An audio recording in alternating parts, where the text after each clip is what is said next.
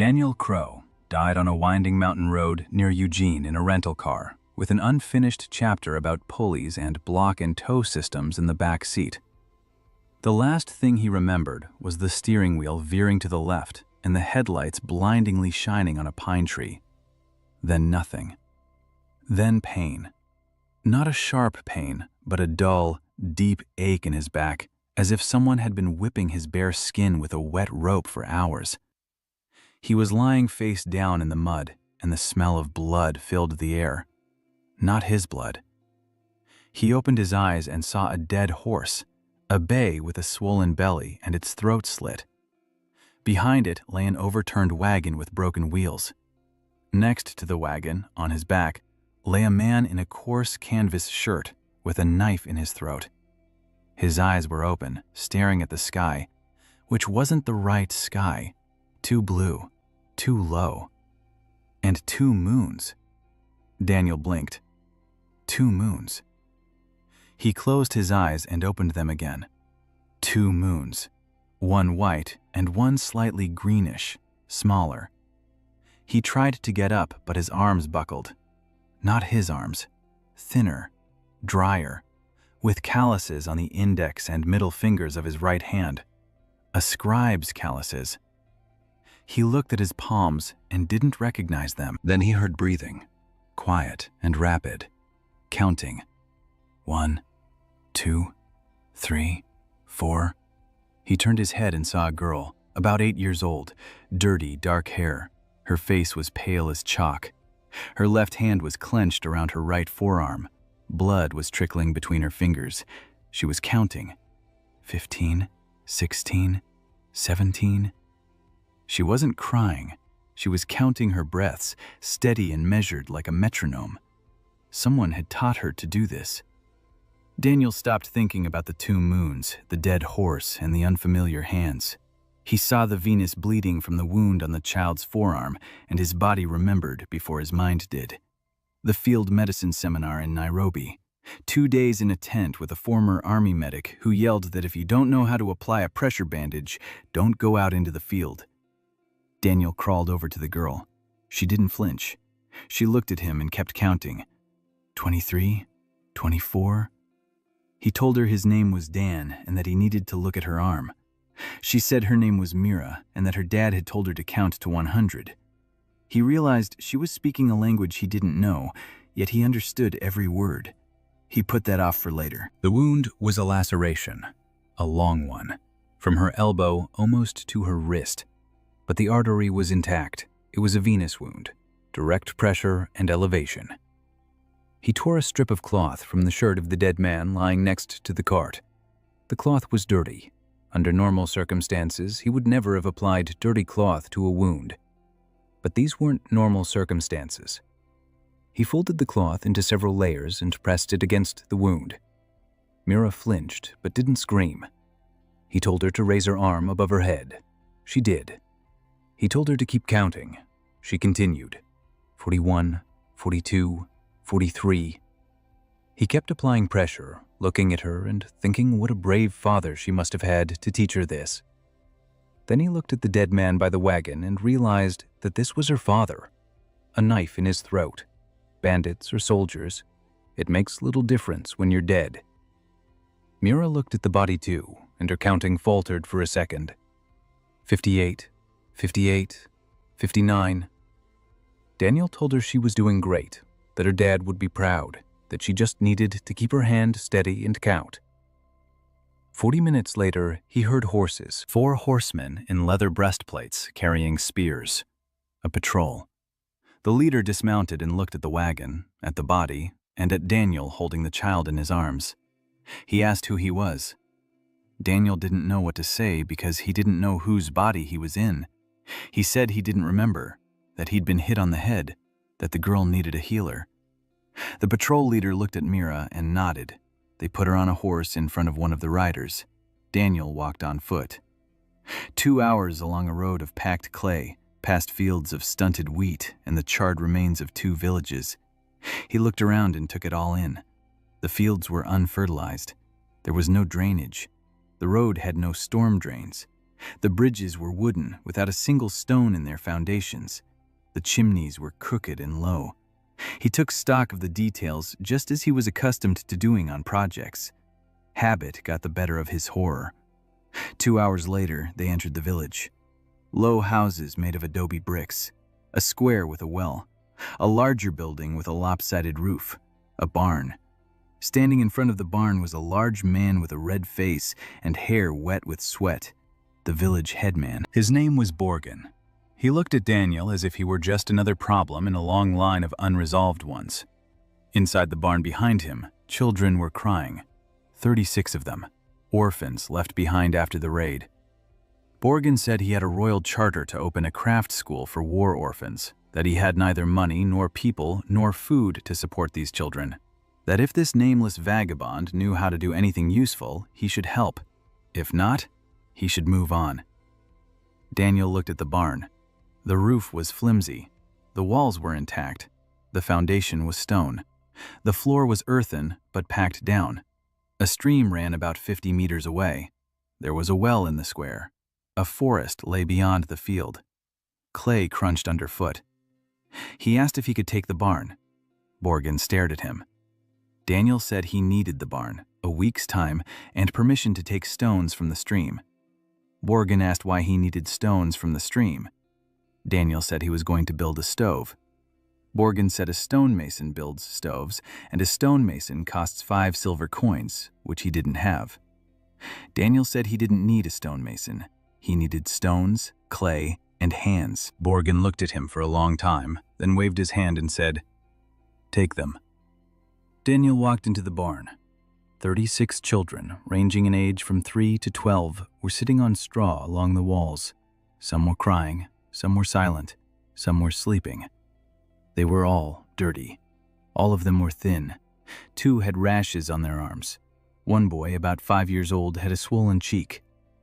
Mira was sitting against the wall, holding her bandaged arm on her lap. She was the only one who looked up when he entered.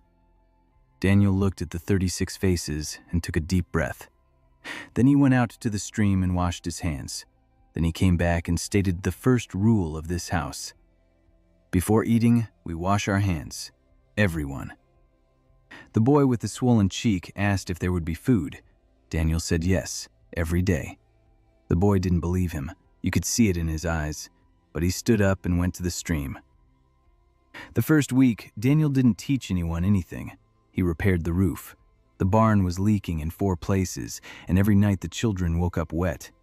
He asked Borgen for an axe and received a dull fragment with a rickety handle. He asked for a rope and received a 6-step-long piece of frayed rope.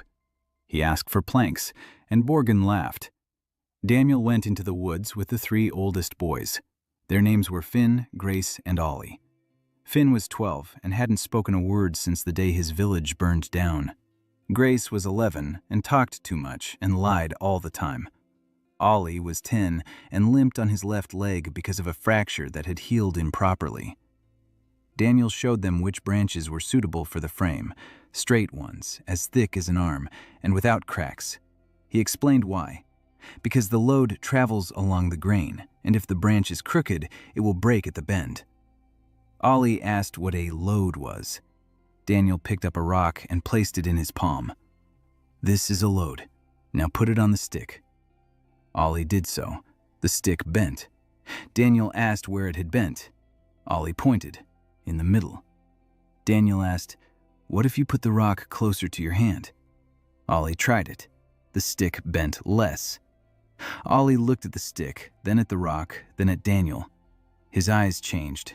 Not much, but Daniel noticed. That was the moment when a 10-year-old boy with a crooked leg realized for the first time in his life that the world obeys rules that can be learned. Over the course of 3 days, they gathered branches, and Daniel wove them into a lattice and coated it with clay mixed with straw. The roof stopped leaking. It wasn't pretty, it was effective. On the 4th day, he set to work on the stove. Stones from the stream, clay from the bank. The design was very simple: a firebox, a chimney, and a platform on top for the youngest children to sleep in the warmth. He built it and explained each step aloud, not because anyone had asked him to, because there was always someone standing nearby, watching. Mira stood there more often than anyone else. Her hand was still in a sling, but she held stones with her good hand and handed them to him when he asked.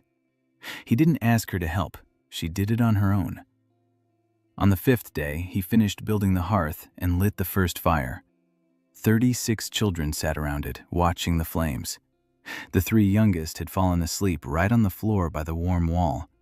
A boy with a swollen cheek, whose name was Tim, snuggled up to Mira and breathed evenly. That night, for the first time, no one cried. On the 6th day, Daniel went to the well.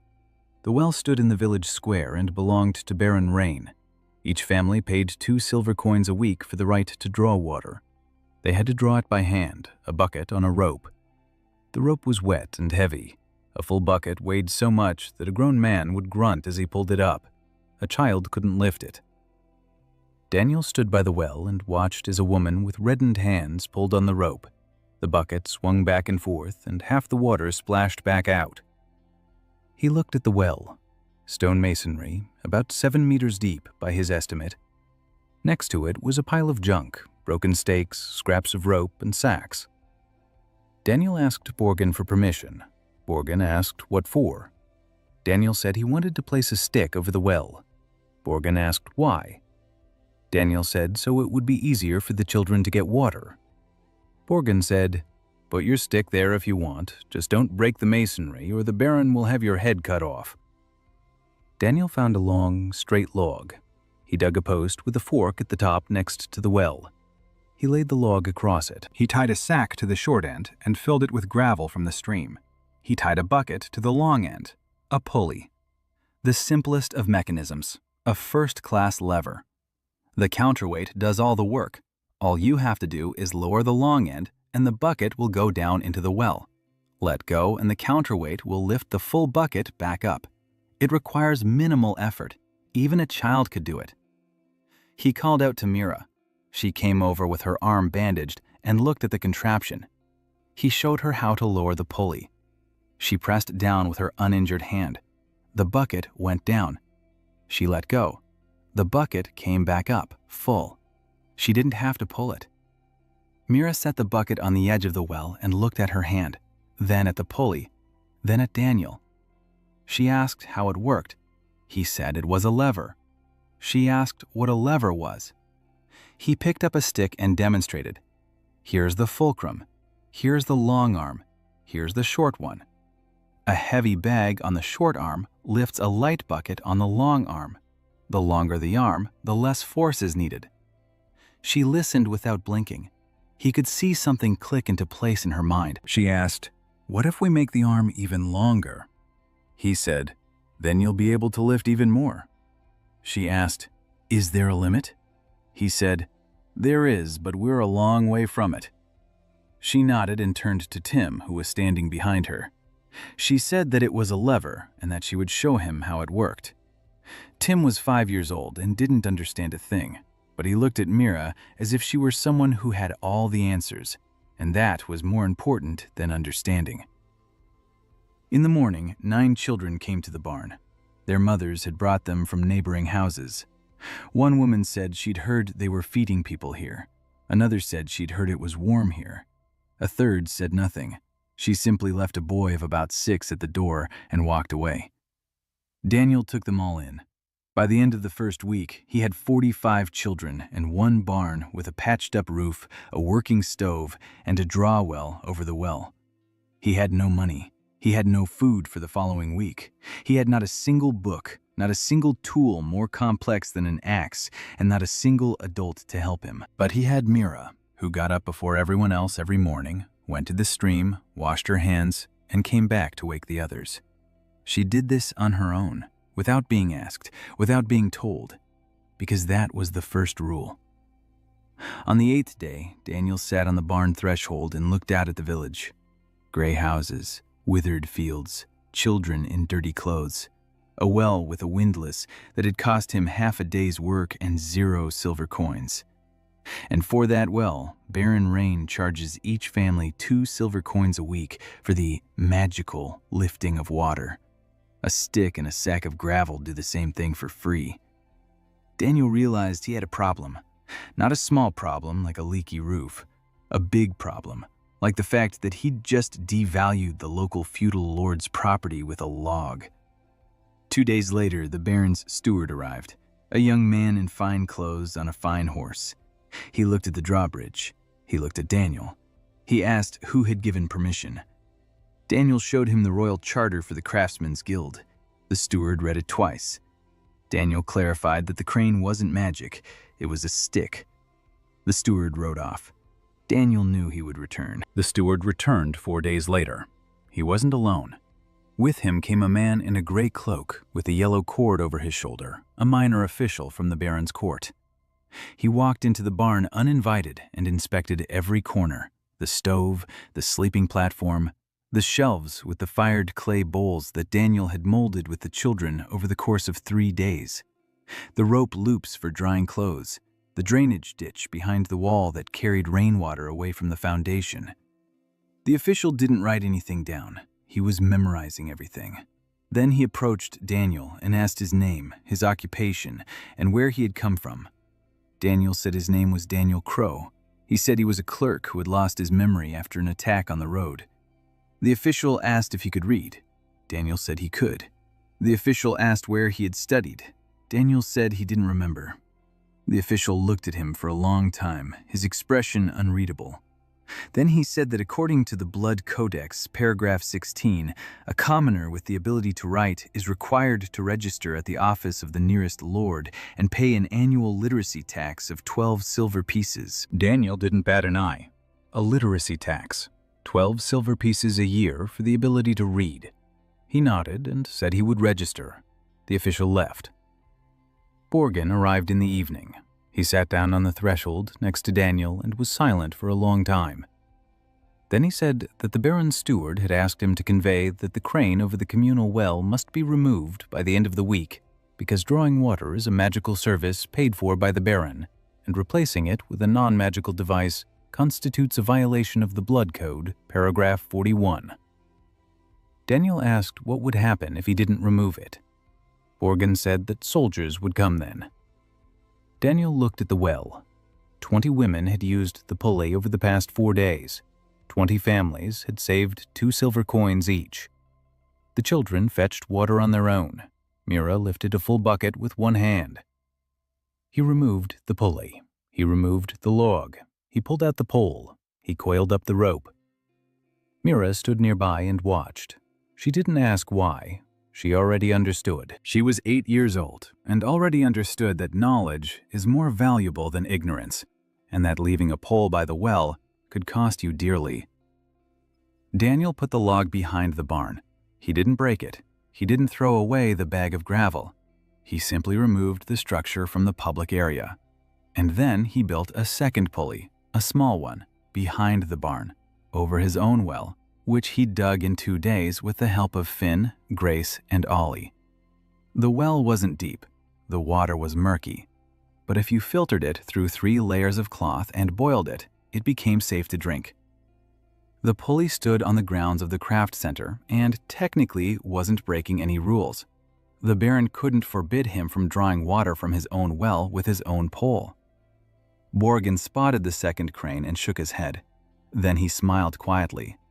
Then he said that Daniel was either smarter than he seemed or dumber than he should be, and time would tell which of the two it was. Daniel replied that he hoped for the former. He spent the second and third weeks on things that didn't look like learning. He established a daily routine. Rise at dawn, wash up, breakfast, work until noon, lunch, rest, work until sunset, dinner, sleep. Work meant different things to different children. The youngest children needed clay for bricks, gathered kindling for the stove, and washed bowls. The middle-aged children helped Daniel build. The oldest went into the forest for firewood and brushwood. But every task followed a rule. Daniel explained what they were doing and why. He didn't give orders, he explained. We need the clay because it will become bricks. We need bricks because the barn wall has cracked on the right side. And if we don't patch it up before winter, the wind will blow on the sleepers. Wind on the sleepers means sickness. Illness means death.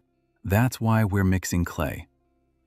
5-year-old Tim mixed the clay, and he mixed it earnestly, because he understood why.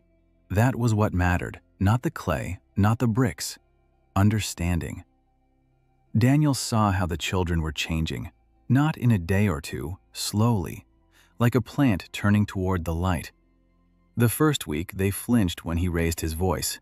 Then they stopped, because he didn't raise his voice to punish them. He raised his voice when he called them to dinner. They began to eat at a shared table. The table was cobbled together from scraps of wood that Borgen had found at an abandoned sawmill. For the first 3 days, half the children grabbed their food and ran off to a corner. A week later, most of them were sitting at their places. 2 weeks later, Mira began setting the table herself, without being asked. She arranged the bowls and counted. 45 bowls, 45 spoons. She counted aloud, and Daniel didn't stop her, even though, according to the Blood Codex, a commoner isn't allowed to count beyond 10. Mira counted to 45 every morning. It was her little act of defiance. She didn't know it was defiance. She thought she was just setting the table. By the end of the 3rd week, what Daniel had been waiting for and dreading happened. 2 of the little ones developed a fever. A fever, common by local standards, deadly without treatment. Treatment meant a healing mage. A healing mage cost a year's worth of rent. Daniel sent Finn to Borgen to ask if there was a healer in the village. Finn returned and said no. The nearest healing mage was in the town of Tainbridge, a 2-day journey away. Daniel looked at the 2 sick children. The girl, Cal, was 4 years old. The boy, Doran, was 3. Both were burning up. Their eyes were cloudy. Their breathing was rapid. He boiled some water. He gave each of them a sip every half hour. He wiped their foreheads, necks, and wrists with a damp cloth. He separated them from the others. He made them separate beds by the stove in a corner, which he curtained off with a cloth. He explained to Mira that the illness spreads from person to person, and that she needed to wash her hands every time she touched a sick person. Mira listened so intently that for a second, Daniel saw himself at age 7 in her, when his mother had explained to him why he shouldn't drink from a puddle. Kel recovered after 4 days, Doran after 6. No one else got sick. Borgen came to the barn when both children were already running around and asked Daniel how he'd managed to do it without a mage. Daniel said that boiled water kills whatever causes the illness. Borgen asked how he knew that. Daniel said he'd read it. Borgen was silent for a moment. Then he said that last year, 4 children in the village had died of a fever and that their parents hadn't been able to pay the mage. His voice was steady, but his hands clenched. Daniel said he could teach anyone to boil water. Borgen looked at him with that same look, a long, heavy look. Then he said, "Teach me," but quietly. Daniel nodded. He knew how to be quiet. For now. In the 4th week, Daniel began building a water wheel. The stream behind the barn wasn't wide, but it was fast-flowing. The current was steady. The drop in elevation at the right spot was about half a meter, enough for a small-diameter water wheel. He spent 2 days on the bank with a stick and a rope, measuring the depth and speed of the current. Mira followed him around and asked what he was doing. He said he was calculating how much water passed through per minute. She asked why. He said, "Because water can work for us." She looked at the stream with an expression of utter disbelief. "Water doesn't work, water just flows." Daniel smiled and said, "What if I show you that they're one and the same?" He built the wheel out of wood. The axle was made from a thick, straight log. The spokes were hewn from poles. The blades were made from logs split in half and hollowed out into the shape of buckets. Daniel worked with what was available, not with what he would have liked. That was a rule he'd learned during 8 years of working in impoverished regions. Never design something that can't be built from materials found on the ground. Never ask for tools that aren't available. Build with sticks, stones, and ropes. And explain it so that the next person can repeat the process without you. He enlisted all the older children to help with the construction. Finn was carving the axle, silently, precisely, with a kind of somber concentration that served as his words. Grace chattered nonstop, but still managed to carve the buckets with steady precision. Ollie, with his lame leg, sat on the shore and braided ropes from bark fibers. Daniel showed him a knot that wouldn't come undone under load, and Ollie mastered it in an hour and braided 12 meters of rope in a day. Mira sat nearby, looking at the sketch Daniel had drawn with a stick on the ground. A circle, spokes, buckets, an axle, supports. She looked at it for a long time, then asked why the buckets were tilted instead of straight. Daniel froze. It was the right question. Not just the right one, but the very question that separates those who merely look from those who truly see. He explained, if the bucket is straight, the water hits it and splashes out. If the bucket is tilted, the water pours into it and presses down with its weight until the bucket tips over at the bottom. A bucket wheel works not on impact, but on weight. That's why it's more efficient. Mira repeated the word more efficient. She tasted it on her tongue like a new fruit. Then she asked, does that mean it does more in the same amount of time?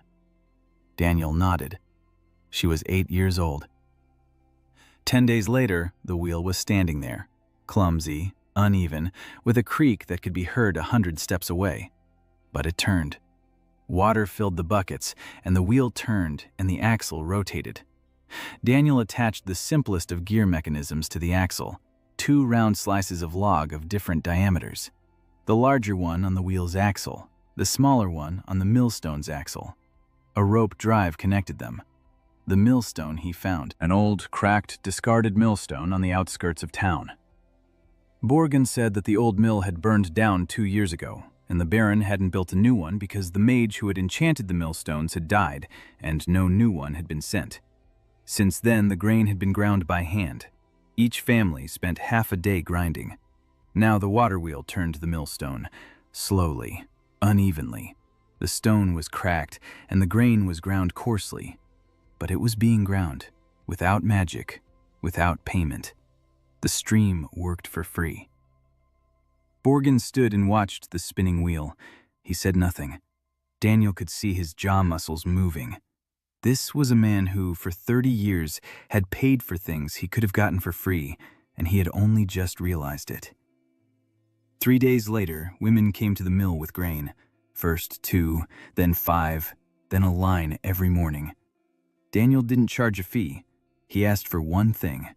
Whoever came to grind grain should bring something for the children. Not money, food, clothing, thread, whatever they had. The women brought things, turnips and cabbage and eggs and scraps of fabric and balls of wool. Within 2 weeks, the orphanage was no longer going hungry. Daniel stood in the yard and watched as Mira taught Tim to count the sacks of flour. 1, 2, 3, 4. Tim carefully held up his fingers. Mira corrected him. No, Tim, 4 is this many. Look. Daniel turned away because his eyes were stinging and he didn't want the children to see it. Then Borgen came and said there was news, both bad and good. The bad news was that Baron Rain had found out about the mill and was displeased. The good news was that the Baron was currently preoccupied with something else. News had arrived from the north. The Empire of Kasser had massed troops at the border, 3 legions.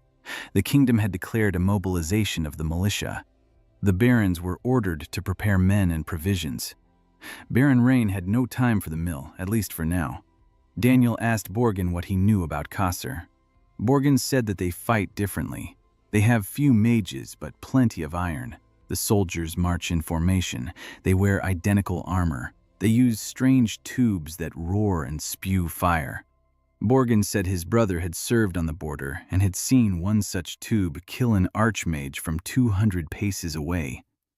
Daniel realized they were talking about firearms, gunpowder, cannons, or muskets.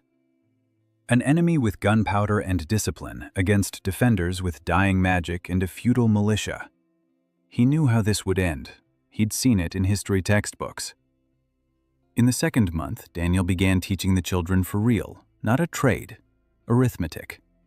He couldn't give them a textbook because there were no textbooks. He couldn't write on a blackboard because there was no blackboard and no chalk. He drew with a stick on the packed earth floor of the barn. Numbers, from 1 to 100, every evening after supper. The little ones would fall asleep, and the older ones would sit around and watch him draw. 1, 2, 3. Simple symbols, sticks, and circles. He didn't use the local number system, which he didn't know. He used Arabic numerals, his own, Earths. They were simpler.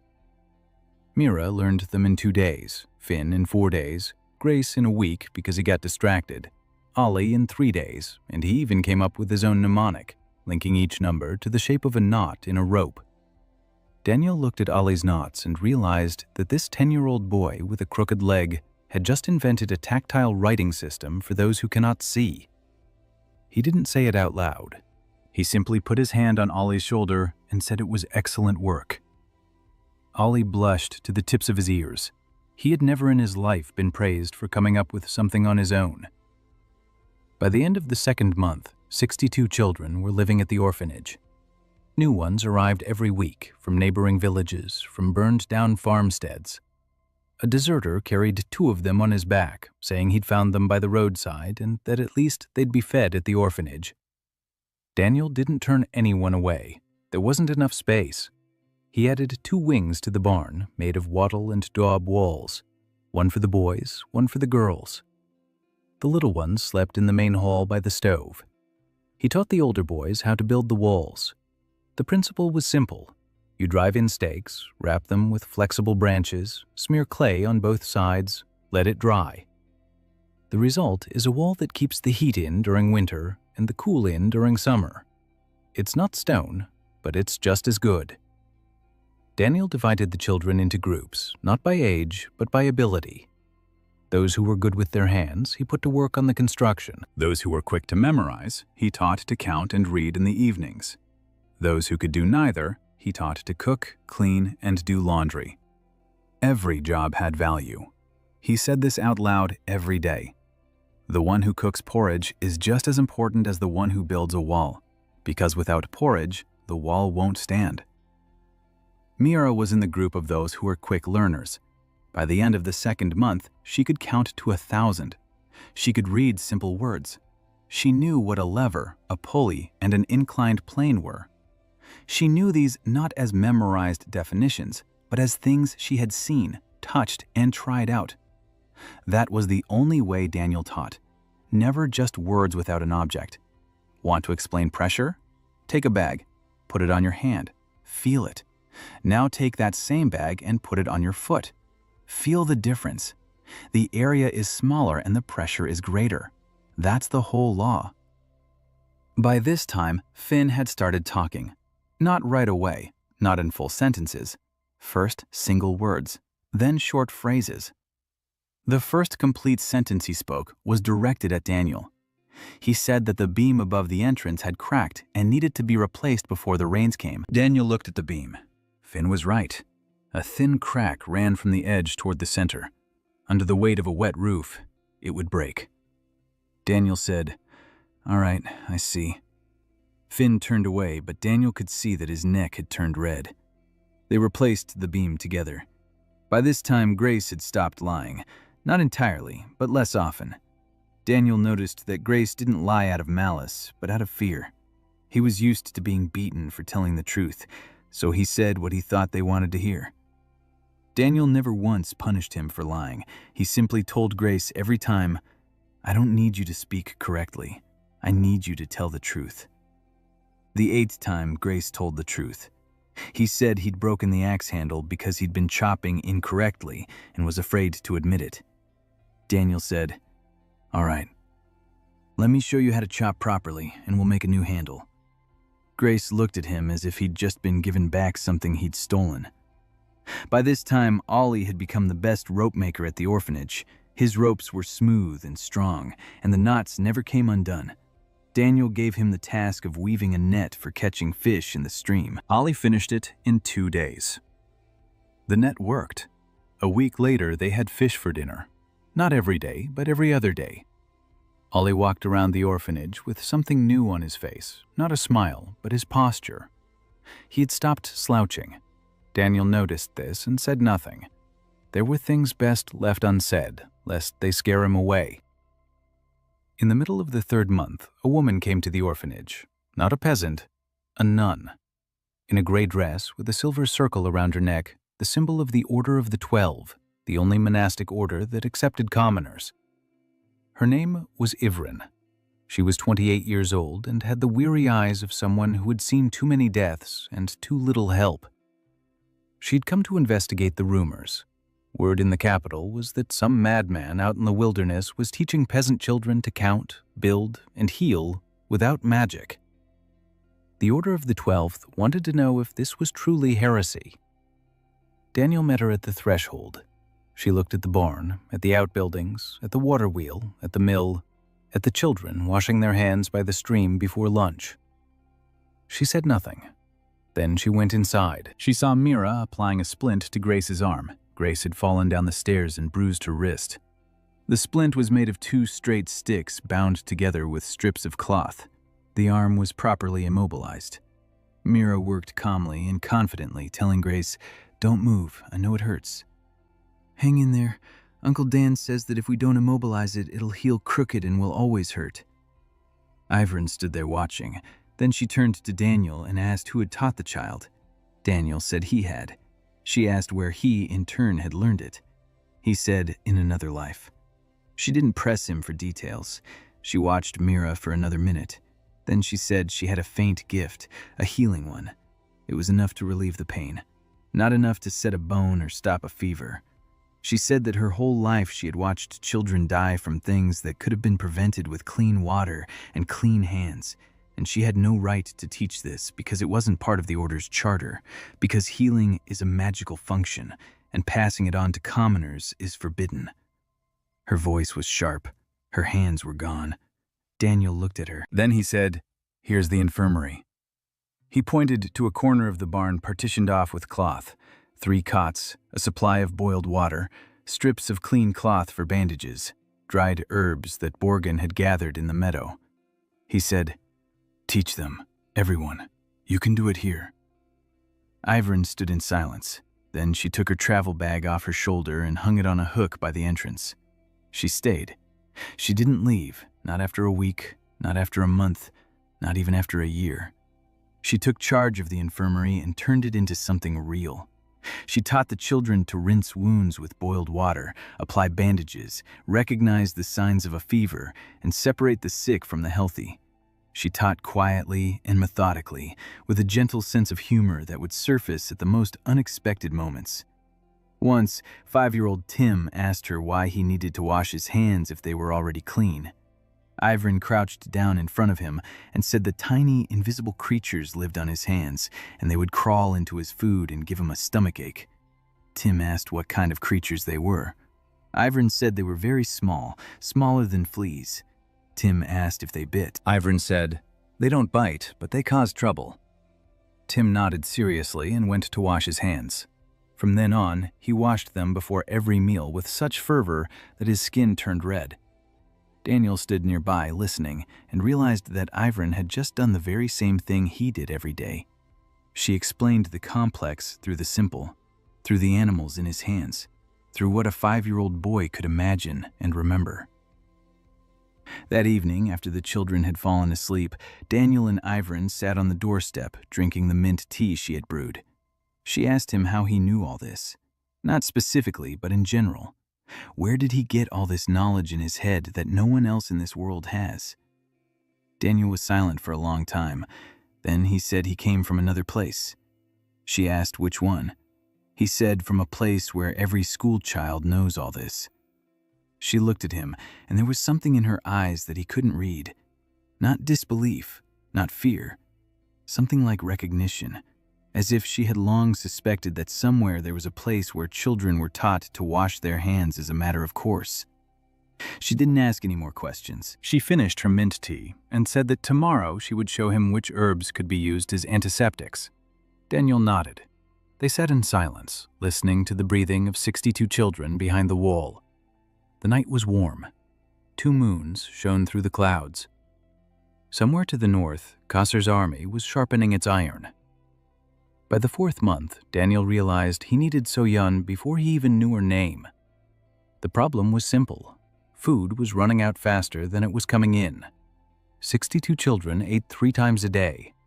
The mill was running, and women brought food in exchange for grinding, but it wasn't enough. Turnips, cabbage, and the occasional egg couldn't feed the growing orphanage. Daniel kept track every day: how much flour was left, how many sacks of grain were needed for the week, and how much fish Ollie's net caught. The numbers didn't add up.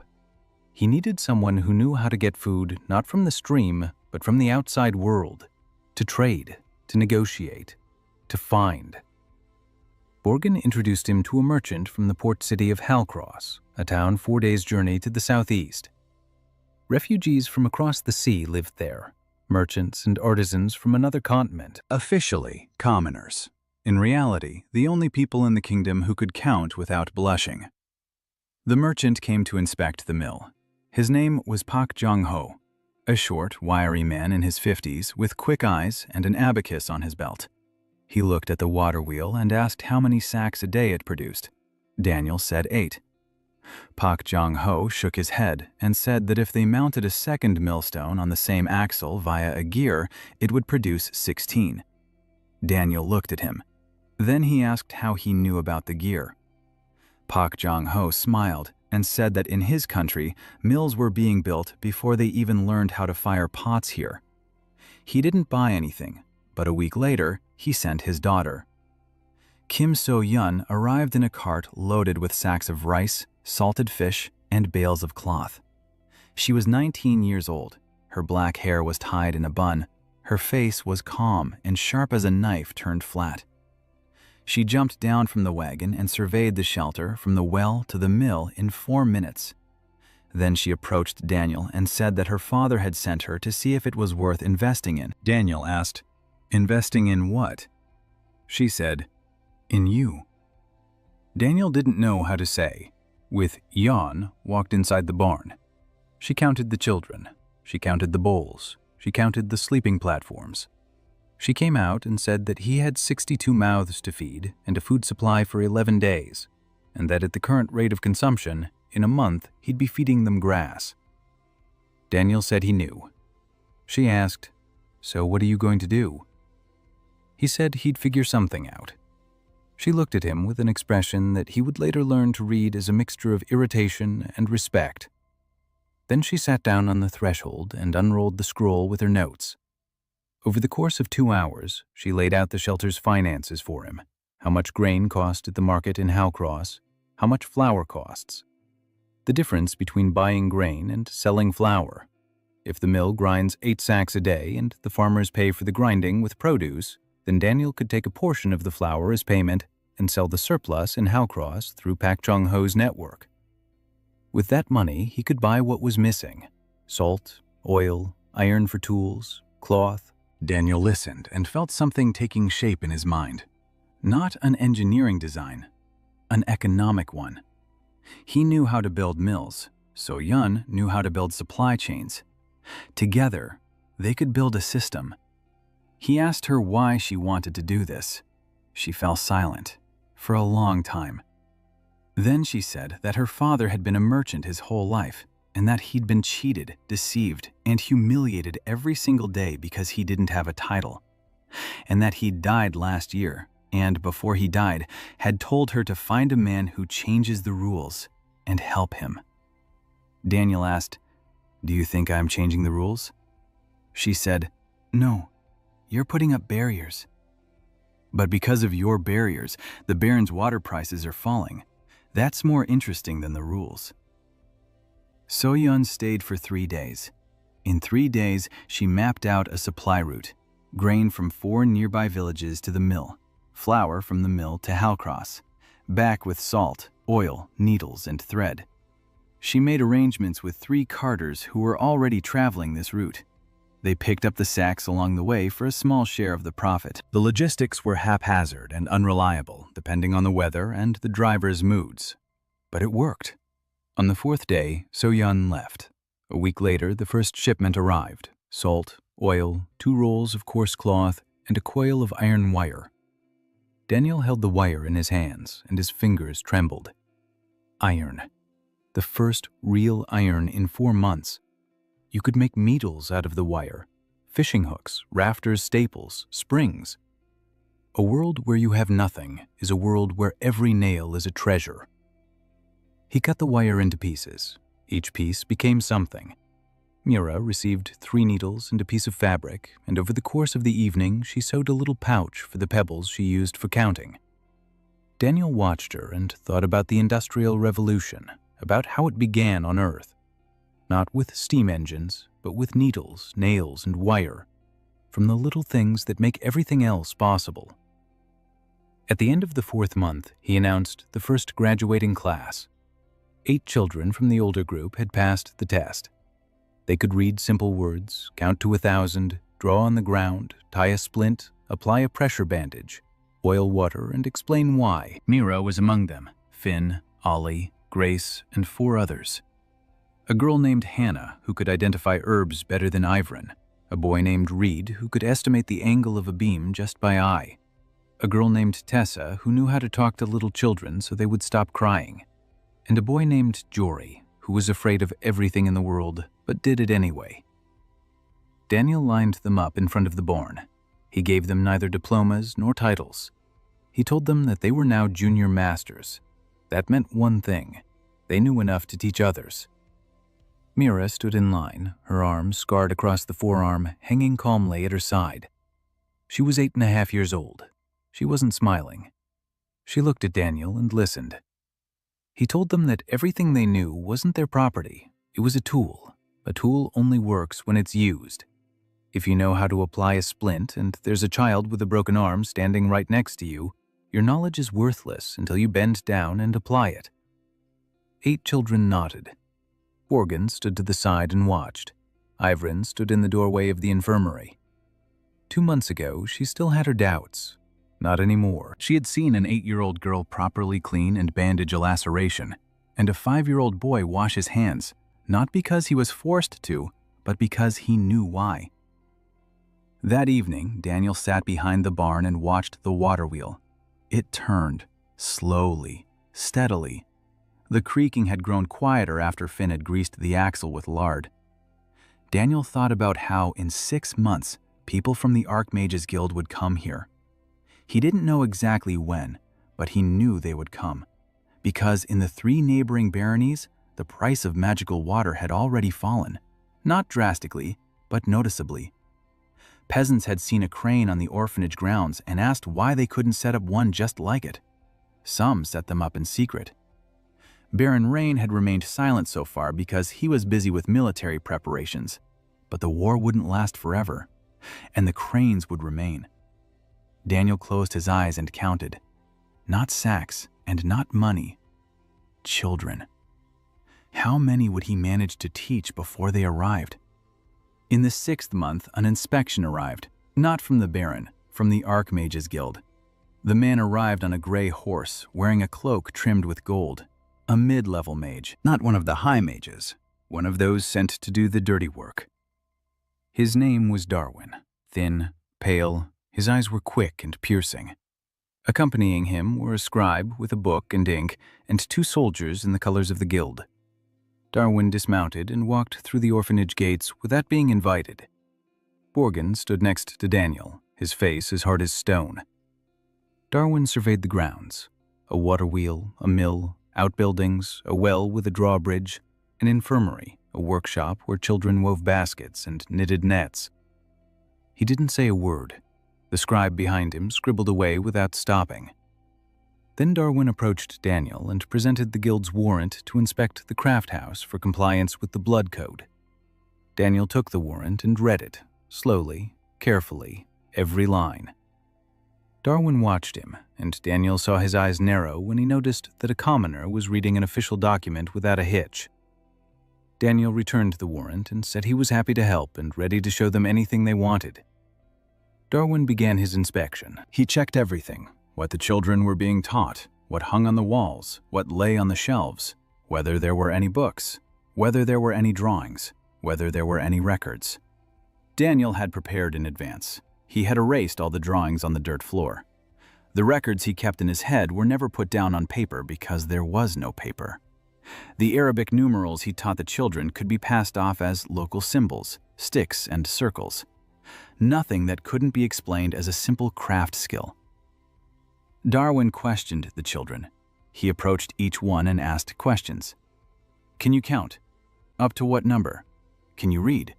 What can you do? Daniel had had a conversation with the children beforehand, not a rehearsal, but a conversation. He explained to them that a man would come and ask questions, and that they needed to answer honestly but briefly. I can count to 10. I can read the prayer book. I can make baskets and nets and do plastering.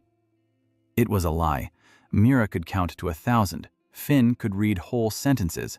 Ollie knew 16 kinds of knots and could explain what each one was for. But they all looked at Daniel as he explained and understood without needing to say a word. They lied to survive. 8-year-old children lied to the guild inspectors so their school wouldn't be shut down. Daniel felt it weigh on his soul like a stone. He had taught them not to be afraid of the truth, and the first thing he made them do was lie. Darwin spent 6 hours at the orphanage. He looked around the mill and stood for a long time in front of the water wheel. Then he asked Daniel how he knew how to build such things. Daniel said he'd seen something similar in the village where he grew up. Darwin asked which village. Daniel said he didn't remember. Memory loss after being hit on the head. Darwin was silent for a moment, then said, Interesting. Then he walked over to the pulley system above the well. He stood there looking at the counterweight, a sack of gravel. Then he turned to Daniel and asked, Tell me, commoner, what is the source of your strength? Daniel looked at the sack of gravel, then at Darwin. Gravity, your grace, he said. We have plenty of it. It's free. Darwin didn't laugh, but something in his expression shifted. He jotted something down in his notebook. Then he mounted his horse and rode off, followed by the scribe and the soldiers. Borgin exhaled so loudly that Mira flinched. Daniel didn't exhale. He knew this was only the beginning. 3 days after the inspection, Duchess Aelin Vare arrived. She came without an entourage, alone, on a chestnut stallion, wearing a traveling cloak without any coats of arms. 22 years old, dark hair tucked under her hood, the kind of face you don't remember at first glance, but can't forget after a second look. She dismounted at the gate and asked Borgin where the teacher was. Borgin pointed to the barn. She went inside and saw Daniel sitting on the floor, explaining to 3 children why a triangle a stable shape. He took 3 sticks and tied them together, then 4 sticks, which he tied into a square. He pressed down on the triangle. It held. He pressed down on the square. It collapsed. The children gasped. Daniel looked up and saw the young woman standing in the doorway. She wasn't looking at him. She was looking at the sticks. Then she said that a triangle is stable because its angles are rigidly defined by the lengths of its sides, whereas a square's degree of freedom allows for deformation. Daniel stared at her. She had just described the principle of a triangle's rigidity in terms he had last heard in his sophomore year of engineering school.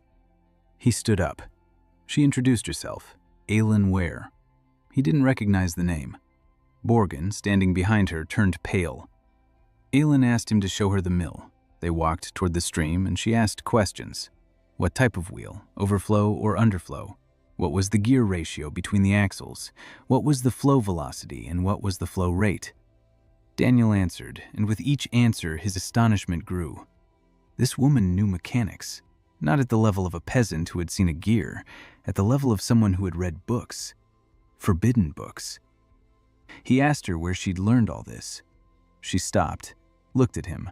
Then she said that her great-grandfather was one of those burned at the stake in the year 388 for trying to prove that magic was physics. The Mechanicus heresy.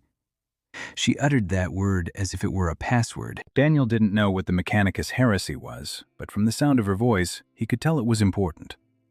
She said her great-grandfather had left behind blueprints and notes, and that they had been hidden in a secret compartment in the basement of the family castle, and that she had found them when she was 14 and read everything, every page, every formula, every blueprint.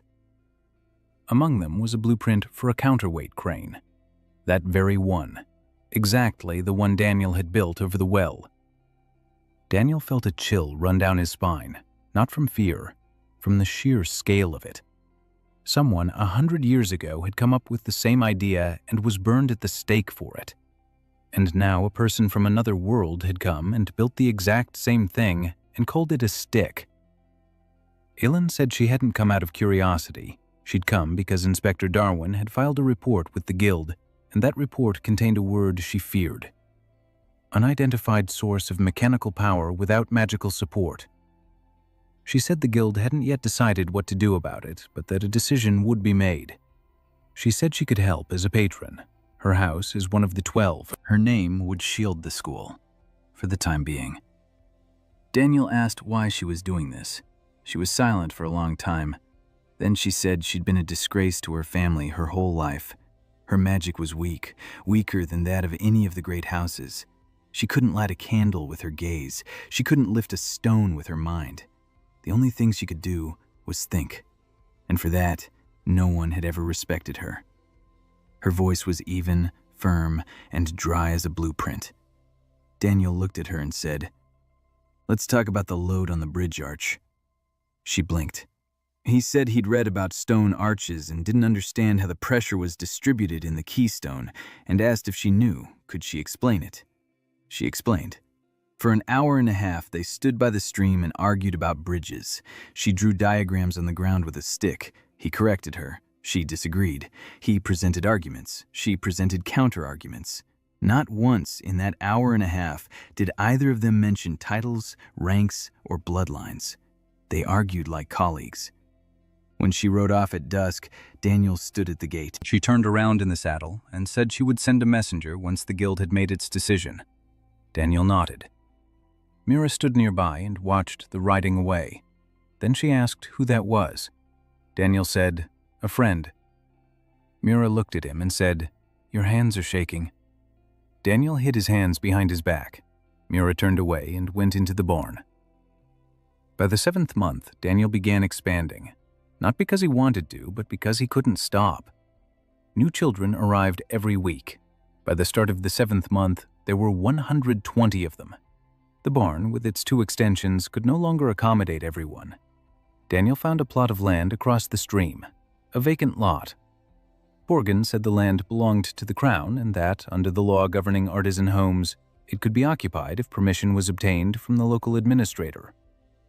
By this time, Baron Rain's administrator had his own reasons to help. 3 months earlier, Ivrin had cured his wife, not with magic, with boiled water, compresses, and common sense. The woman had survived. The steward signed the paper without reading it.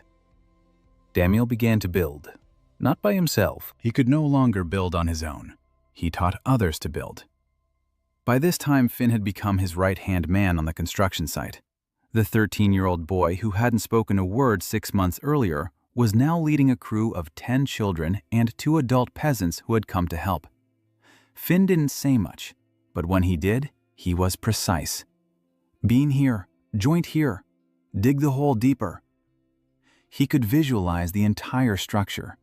Daniel would show him the blueprint on the ground, and Finn would recreate it in 3 dimensions, not by copying, but by understanding. Once Finn corrected the blueprint. Daniel had drawn the roof truss system, and Finn looked at it and said that if they added a diagonal brace from the wall to the vitch, the roof would hold up under the snow. Daniel looked at the sketch. Finn was right. Daniel asked, "How do you know that?" Finn shrugged and said, "It's obvious." Daniel stood there looking at the 13-year-old boy who intuitively understood load distribution and thought that in another world, this child would have become an architect. In this world, he was an orphan who, by law, wasn't allowed to know what an angle was. In 2 months, they built a second building, a stone foundation, walls made of wattle and daub clay, a roof of wood and straw. Inside, 4 rooms, a bedroom for the boys, a bedroom for the girls, a workshop, and a room that Daniel called the classroom. He never said that word out loud in front of outsiders. To Borgen and to any inspector, it was a room for craft meetings. To the children, it was a place where they sat on the floor and listened. In this room, Daniel hung up a board, a real board, a smooth, planed linden board. You could write on it with charcoal. wipe it off with a wet rag, write again. It was his most dangerous invention, more dangerous than the mill, the crane, and the siphon, because the mill ground grain, but the blackboard ground down the ban. Every evening after dinner, Daniel stood at the blackboard and wrote numbers, letters, words, formulas, simple ones, addition, subtraction, and multiplication. The children sat and watched and repeated. Mira sat in the front row and didn't blink. Tae-min sat next to her. Tae-min Park had arrived a month ago. So Yun had brought him from Halcross. He was 15 years old, skinny, nervous. His eyes were hidden behind long bangs. So Yun said he was the son of a neighbor from the enclave, that the boy was strange, and that he could calculate in his head faster than she could on an abacus. Daniel sat him down at a table and gave him a problem, a simple one. How many bricks are needed to build a wall 10 paces long and 5 paces high if a brick is the size of 2 palms? Tae-min looked up at the ceiling. He was silent for 4 seconds. Then he gave the number. It was correct. Daniel gave him a second problem, a more difficult one. If a water wheel makes 6 revolutions per minute and the gear on the millstone's axle is 1/3 the size, how many revolutions does the millstone make? Tae-min answered instantly. 18. Daniel gave the third problem. If a log 20 paces long rests on 2 points 5 paces from each end, and a load of 100 stones is placed in the middle, what is the load on each support? Tae-min closed his eyes. Then he opened them and said, 50 on each if the log is weightless. But the log isn't weightless, and its weight is also distributed equally, 50 each. Therefore, each support bears a load of 50 stones, plus half the weight of the log. Daniel leaned back. A 15-year-old boy from the Port Enclave had just solved a problem involving a beam with 2 supports in his head, taking into account the structure's own weight. Daniel asked, "Who taught you that?" Tae-min said, "No one." He said the numbers were in his head, that he could see them, that when someone states a problem, he sees it as a picture and the answer just appears. He said this quietly, with the habit of tucking his head into his shoulders, because in the past, when he said things like that, he'd been beaten. Daniel placed his hands on the table, palms up. "Show me what you can do," he said, "but take your time. I want to be able to keep up with you." Tae-min looked at him. Then he began to speak. He spoke for 2 hours.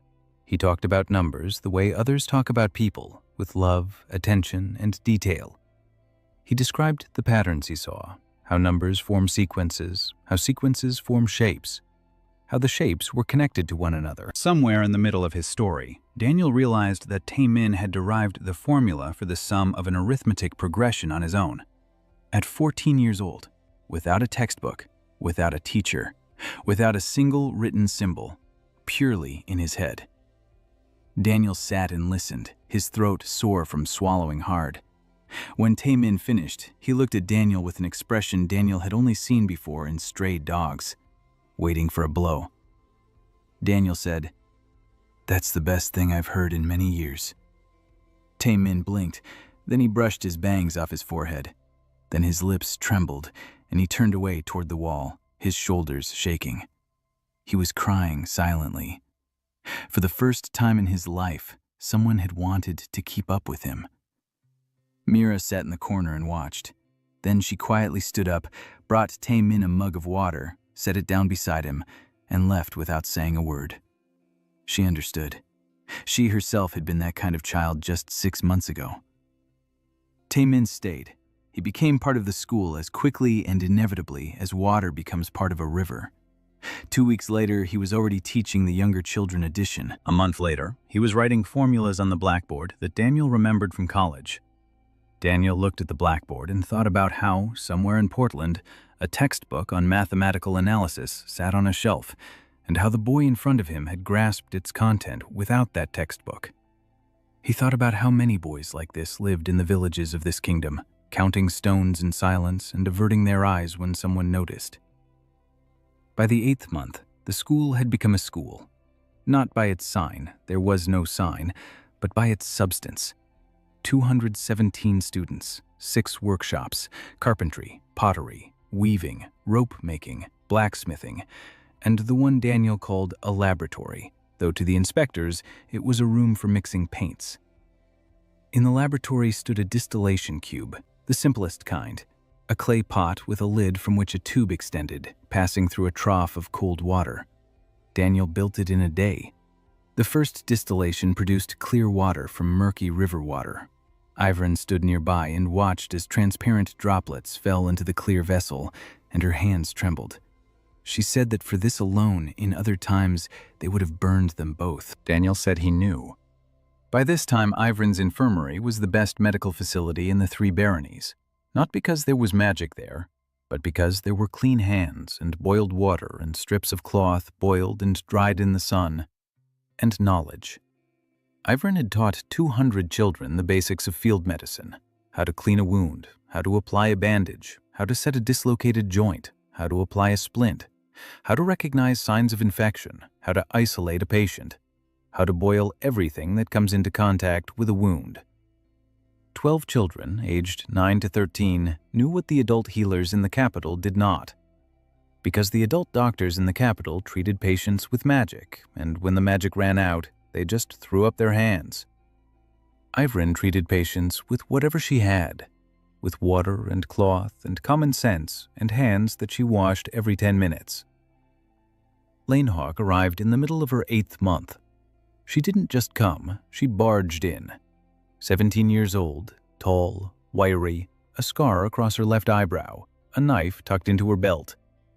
Her hair was cut short and uneven. She stood in the middle of the yard and declared that she wanted to become an apprentice or she'd burn down the shed. Borgin reached for his club. Daniel stopped him. He walked over to Lane and looked at her. She looked right back at him, not down, not to the side, straight into his eyes. That was rare. In this world, commoners didn't make eye contact. Daniel asked her name. She said Lane Hawk. He asked where she was from.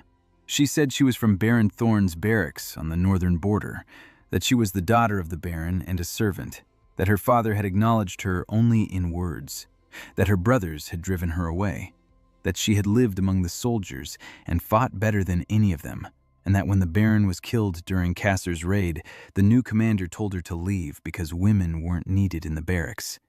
She had walked for 8 days. Daniel looked at her knife. He noticed that the blade was sharpened more on one side. The right bevel was deeper. He asked why the knife had become dull unevenly. Lane blinked. Then she looked at the knife, then at Daniel. She said, "Because I always cut with my right hand and put pressure on the right edge." Daniel nodded and said, "Okay, you're observant. That's more important than you think. Go eat, we'll talk later." Lane stood there, motionless. She was waiting for a catch. She'd been waiting for a catch her whole life. Daniel said, "We don't bite. The kitchen's over there, the sink's over there. Wash your hands first." She went over. She washed her hands so vigorously it was as if she wanted to peel the skin right off. Then she sat down at the table and ate quickly and in silence. Mira brought her seconds. Lane looked at the 9-year-old girl carrying a plate of porridge, who didn't take her eyes off her. Lane asked, "Aren't you afraid of me?" Mira said, "No." Lane asked, "Why?" Mira said, "Because your hands are shaking, and someone who's really dangerous doesn't shake." Lane stared at her. Then, for the first time all day, her expression changed. Not a smile, something close to one. Daniel gave her an assignment, not like the others. He gave her a problem in statics. A beam rests on 2 supports. A force is applied to it. Where will it break? Lane looked at the problem, then at the beam lying in the yard. Then she turned back and said, "In the middle, if the support's at the ends, and closer to the support if one support is farther away than the other." Daniel asked how she knew. She said she'd seen gates break. If a battering ram strikes the center, the gate breaks in the center. If it strikes closer to the hinge, it breaks at the hinge. She knew physics through destruction, through the blows and the battering logs and the crackling of wood under impact. Daniel told her he wanted her to be in charge of school security, not as a janitor, as head of security. She said, "I'm a woman." He said, "I noticed." She said, "The men won't listen." He said, "They will." She said, "Why?" He said, "Because I'll tell them, and if they don't listen, I'll explain why." Lane was silent. Then she nodded. A week later, she had set up a system, 2 posts, 4 guards on duty, a patrol schedule, an alarm, a wooden horn that could be heard 300 steps away, boy sentries from among the older students on the rooftops in the morning and evening. She drilled them with a patience no one expected from her. She didn't yell. She demonstrated. "Stand here, look that way. If you see a horseman, blow the horn. If you see a fire, shout. If you see a stranger, keep quiet and run to me." By the end of the month, the school was better protected than half the baronial castles in the region. Not by walls, by eyes. Daniel stood on the roof and looked at his school. 217 children, 6 workshops, an infirmary, a mill, 2 buildings, a classroom with a blackboard, a distillation still, a security system. 6 months ago, he had been lying in a ditch next to a dead horse. He looked at his hands. Someone else's hands with calluses that were now his own. The marks from the flogging on his back had healed, but the scars remained. He didn't know who the man was whose body he now inhabited. He didn't know his name, his story, or his sins. He knew only that this man had been a clerk, that he'd been flogged and abandoned by the roadside, that he'd died, and that Daniel had taken his place. Sometimes at night, he felt as though he were being watched. Not by a person, by something else. A gaze that had no direction. Not from behind, not from the front, but from everywhere.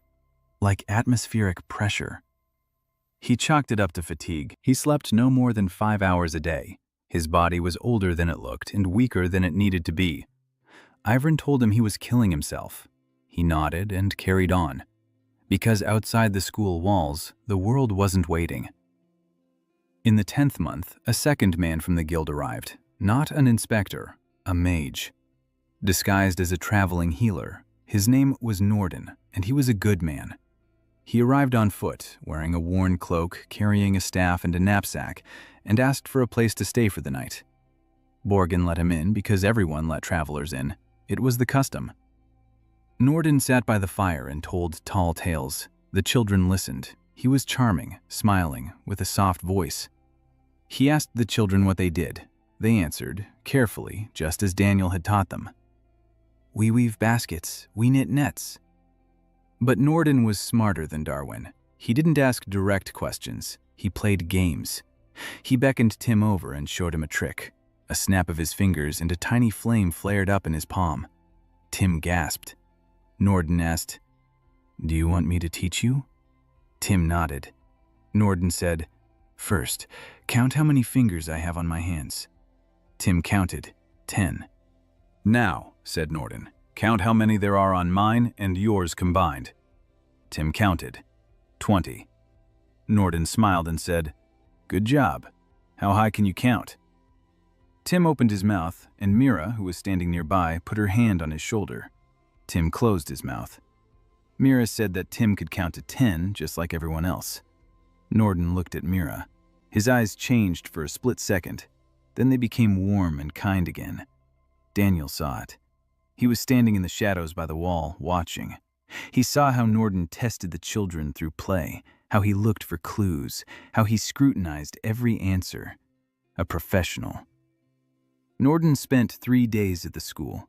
During those 3 days, he explored every corner. He examined every device. He touched every mechanism. He tapped on the walls. He peered under the roof. He checked the infirmary. He tasted the distilled water. On the second day, he walked over to the water wheel and stood there for 20 minutes. Daniel walked over and stood beside him. Norden didn't turn around. He said it was an interesting design. Daniel said thank you. Norden said there was a blueprint for a similar device in the guild's library, a very old one, from the archives of the year 388. Daniel didn't move. Norden turned to him, and the smile had vanished from his face. He asked, "How do you know that?" Daniel said he didn't know anything about any archive. He'd seen a similar wheel in the village where he grew up. Norden said that, according to records, he had grown up in the Fellmark region, where there wasn't a single river with a current strong enough for a water wheel. Daniel felt his heart race. Norden knew the history of the body he inhabited. The guild had done some digging. They'd found out who this man had been. A scribe named Edric Summer, a literate commoner, registered at Baron Thorne's chancery, fired for petty theft, flogged, hired as a coachman by a merchant traveling south. The merchant was slaughtered on the road. The coachman vanished. And in place of the quiet, thieving scribe, a man appeared who builds mills and teaches peasant children to count. Norden said all this calmly, like a report. Daniel listened and realized that his cover story had fallen apart. Norden said that Daniel had two options. The first, he packs his things and leaves the kingdom, across the southern border, quietly, without the children. The guild wouldn't pursue him. They'd let him go. Norden didn't voice the second option. He simply looked at the school and then back at Daniel. Daniel asked, "Who sent you?" Norden replied, "Archmage Severin Valor, the head of the guild." Personally, Daniel asked why he hadn't come himself. Norden said it was because Severin doesn't visit those he considers beneath him. He sends someone, and if the one sent returns without results, he sends the next one, and the next one won't be asking questions. Daniel stood there thinking. He had 217 children, 6 workshops, an infirmary, a mill, people who trusted him. He couldn't leave, not because he didn't want to, because if he left, all of this would die. Not right away, in a month, in 2. Without him, Borgen wouldn't be able to keep the school running. Ivrin wouldn't be able to defend it. Lane wouldn't be able to cover for him. So Yun wouldn't be able to feed everyone. They had all become part of the system he had built, but the system was still young and it fragile, resting on him like an arch on a keystone. Remove the stone and the arch would collapse. He told Norden he wasn't going anywhere. Norden nodded, without surprise, as if he'd known all along. Then he said that Daniel should talk to the Duchess of Weir if he hadn't already, because without the Great House's protection, he had 3 months left, maybe 2. Then he left. Daniel didn't sleep that night. He sat on the roof of the second building and looked at the 2 moons. Mira found him at dawn. She climbed up the ladder and sat down next to him. She was 9 years old and climbed the ladder with one hand because her other arm still wouldn't bend properly at the elbow after her injury. She said she'd seen Norden leave. She asked if he was bad. Daniel said no, he was dangerous. Those are different things. Mira was silent. Then she asked if they would close the school. Daniel said, "I don't know." Mira asked, "And if they do close it, what will happen to us?" Daniel looked at her serious, thin face with dark circles under her eyes, at her scarred arm, at her steady gaze that never wavered. He said, "I won't let that happen." She nodded, not like a child who'd been promised candy, like a person who'd been given a promise. She climbed down from the roof and went to wake the others. Daniel stayed behind and wrote a letter to Aelin. With charcoal on a piece of cloth because there was still no paper, he wrote 3 words. "I need your help." So Yun arranged for it to be delivered. 2 days later, Aelin replied, just as briefly, "I'm coming." While Daniel waited, he did what he knew best. He taught, every day, every evening. By this time, Tame Min was working side by side with him. In 2 months, the boy had mastered what Daniel remembered from his freshman year: algebra, geometry, the basics of trigonometry. Tame Min didn't memorize, he derived the solutions. Daniel would give him a problem, and Tame Min would construct the solution from scratch, every time anew, every time correctly. Sometimes in a different way than Daniel expected, sometimes more concisely. Daniel would tell him he was a genius, and Tame Min would flinch every time, because the last person who called him smart had hit him right after saying it. A word followed by a blow ceases to be a word. It becomes a warning. It took Daniel 3 months for the word genius to stop triggering Tame Min's reflex to duck his head. 3 months of daily repetition. "You're smart. That's good." "No one's going to hit you. Show me what you see." One evening, Tae-min was sitting at the blackboard writing, a long formula, line by line. Daniel stood behind him reading. Halfway through the third line, he held his breath. Tae-min was deriving the formula for the area under a curve. Not integral calculus, not formally, but the idea, the very essence. If you break the curve down into small rectangles and add up their areas, you get an approximation. The smaller the rectangles, the more accurate it is. If you make them infinitely small, you get the exact area. Tae-min stared at the board, his hand holding the piece of charcoal trembling. He turned to Daniel and said that he could see it but couldn't write it down because he lacked the words. That something infinitely small is neither zero nor a number. That he didn't know what to call it. Daniel sat down next to him. He said there was a word for it. Limit. And that people in another place had also struggled to find it for a long time, and that one day they found it, and that Tae-min had just traveled that same path. Tae-min looked at him. Then he said, "In another place." Daniel nodded. Tae-min didn't ask which one. He accepted it as a fact, like a number, a given. Then he turned to the board and continued writing. Aylin arrived 5 days later, not alone. She was accompanied by 2 others, a lawyer from the capital named Walden, an old man with bony hands and a memory that held every paragraph of the Blood Codex as a storekeeper keeps his keys, and her personal secretary, a young woman named Rice, who wrote down everything she heard and never looked up. Aylin dismounted and walked through the school not as a guest, but as an inspector, but not as an enemy inspector, as one of their own. She looked at every building and every mechanism and every child and saw what Daniel wanted her to see. The system. Not a collection of sticks and ropes. A system that works and that can grow. Then the 4 of them sat down in the classroom. Daniel, Aylin, Walden, and Borgen. Daniel told them about Norden, about the ultimatum, and about the 2 or 3 months. Walden listened and nodded. Then he spoke. His voice was like the rustle of parchment. He said that according to the Codex of Blood, a craft guild has the right to exist if it meets 3 conditions. First, it must be under the patronage of a noble of at least knightly rank. Second, it must not teach skills beyond those required for manual labor. Third, it must not disseminate knowledge reserved for the Archmages Guild. Aylin could fulfill the first condition with her name alone. House Weir was one of the 12. Her patronage made the school off-limits to barons and local officials. Only the guild or the king could challenge it. The second condition was a problem. The needs of the hands. This meant that children could learn to weave baskets and knead clay, but not to count, draw, or build mechanisms. Walden said that the wording, "the needs of the hands," had never been legally defined. Nowhere in the Codex does it say exactly what constitutes the needs of the hands. This was interpreted locally. Each baron decided for himself. Each inspector interpreted it in his own way. Walden suggested taking advantage of this. If a craft school teaches children to build mills, cranes, and furnaces, that is a craft, manual labor. If, in the process, the children learn to count beams and measure angles, that is part of the craft. Hands don't work without a head. Try building a furnace without counting the bricks. Daniel looked at Walden and realized that this old man wasn't just a lawyer. He was a saboteur. A quiet, methodical saboteur who had lived his entire life within the system, wearing it down from the inside. Daniel asked him why he was doing this.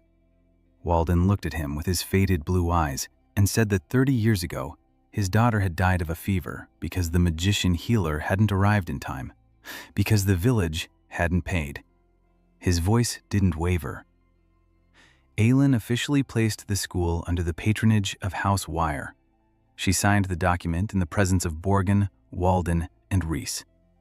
The document was drafted so that every line formally complied with the Blood Code, yet in essence authorized everything Daniel was doing. The House of Crafts teaches skills in construction, repair, and field care for the wounded. These skills include the measurements and calculations necessary for high-quality craftsmanship. Daniel read it and shook his head. Walden smiled and said that the war against the system is won not with swords, but with commas. He corrected himself. Periods. There are no commas here. Aylin left 2 days later. Before her departure, she stood with Daniel by the stream and watched the water wheel. She said that things were unsettled in the capital. Qasr had pulled 2 more legions up to the border. The royal army wasn't ready. The archmages were growing old. The young mages are growing weaker. The 3rd generation of degeneration. The protective dome over the capital, held by the 6 senior archmages, is fading. 2 of the 6 have died in the last year. There are no replacements. She said this calmly, like an engineer describing a crack in a wall, without panicking, simply stating the facts. Daniel asked how long until the invasion. She said, by her estimate, a year, maybe a year and a half. Daniel looked at the school. 217 children, 8 junior masters, the mill, the infirmary, and workshops. A year. In a year, he could train 30 more masters, send them to the villages, teach them to build, teach them to heal, teach them to think. He told Aylin that he needed more iron, more tools, paper, real paper, ink, and people, adults who could teach alongside him. She nodded and said she'd do what she could. Then she turned to him and said that when Norden told him to leave, she knew he wouldn't go. Daniel asked how she knew. She said, because I wouldn't have leave either. They stood there in silence. The wheel turned, water flowed. Somewhere in the classroom, Tae-min was writing on the blackboard, and Mira sat beside him, watching every character. Aylin mounted her horse and rode away. Daniel returned to the school and held a general assembly. All 217 children were in the courtyard. He stood before them and said that the school was now under the protection of the Great House. That meant they wouldn't be shut down tomorrow, but it didn't mean they were safe. He said that the world around them was changing, that war was approaching, and that they needed to be ready. Not for battle, for work. Because when the war begins, people won't need swords. They'll need bridges and wells and infirmaries and ovens. And those who know how to build will be needed more than those who know how to destroy. 217 children looked at him. Some didn't understand. Some did understand. Mira stood in the front row, her eyes dry and sharp. Lane stood at the edge, her hand resting on the hilt of her knife, not because she was about to fight, but because it was a habit. Finn stood behind everyone else, his arms crossed over his chest, nodding slowly. Tae-min stood next to So-yun, who had arrived that morning with another supply convoy, and listened in silence. Ivrian stood in the doorway of the infirmary, her lips moving silently. Then Daniel said, "Now let's get to work," and they set off. The 10th, 11th, and 12th months merged into one continuous stretch of work. Daniel slept 4 hours at a time, sometimes 3. Ivrin stopped telling him that he was killing himself and simply began leaving an herbal tea by his bedside that helped him fall asleep faster. He drank it without looking. The school was growing, not because Daniel wanted it to, because the world around them was falling apart and people were bringing their children to him as if he were the last well in the desert. By the end of the year, the school had 310 students. Borgen had stopped counting. So-yun hadn't. She counted every mouth to feed, every sack of flour, and every coin. She came once every 2 weeks, and each time she brought not only supplies, but also information. Grain prices in Halcross, rumors from the capital, news from the border. Once, in the middle of an argument about the price of iron, Daniel suddenly fell silent and looked at her. She stopped mid-sentence. He asked, "So-yun, what do you need right now?" She opened her mouth. Then she closed it. She looked at her hands. She looked at the lists. She looked at Daniel. She was silent for a long time. A very long time. Then she said she didn't know, that no one had ever asked her that before, that her whole life she had been a daughter to her father, a sister to her brothers, and a widow in memory of a husband she didn't love and to whom she had been married off at 16. And that she didn't know what she wanted because she had never allowed herself to want anything. Daniel said, "All right, think about it." "I'll wait." She looked at him as if he'd said something in a language she didn't know but had always wanted to learn. Then she stood up and left. 40 minutes later, she returned. She said she wanted to learn how to build, not to trade, to build with her own hands. Daniel gave her a hammer and led her to the construction site of the third building. The first graduating class left for the villages in the 11th month. 8 junior master builders. Mira wanted to go. Daniel said no. She was 9 years old. She was needed at school. She argued. For the first time in her life, she really argued with him. She didn't yell. She argued. She made her case. She said she could do everything the older kids could do, that she would teach better because she'd been that kind of child herself and knew how to explain things to someone who was afraid. Daniel listened, and every one of her arguments was valid.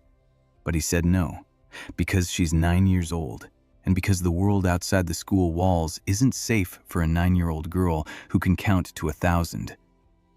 Mira fell silent. Then she nodded. Then she walked over to the blackboard and began to write.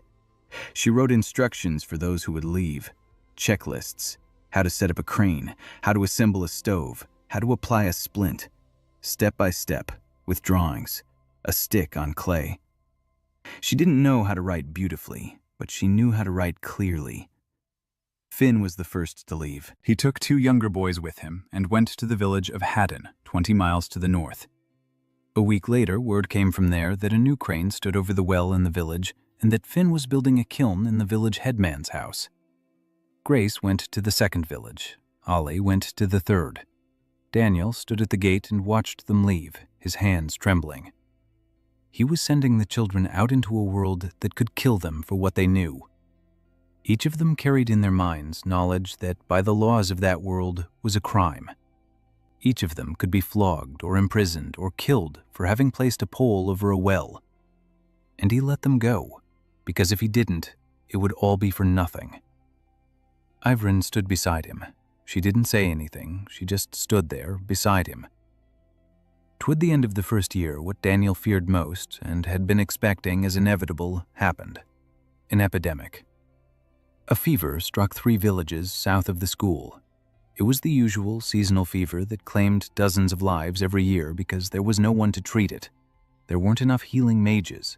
The ones who were there cost a year's worth of taxes. The peasants fell ill and died.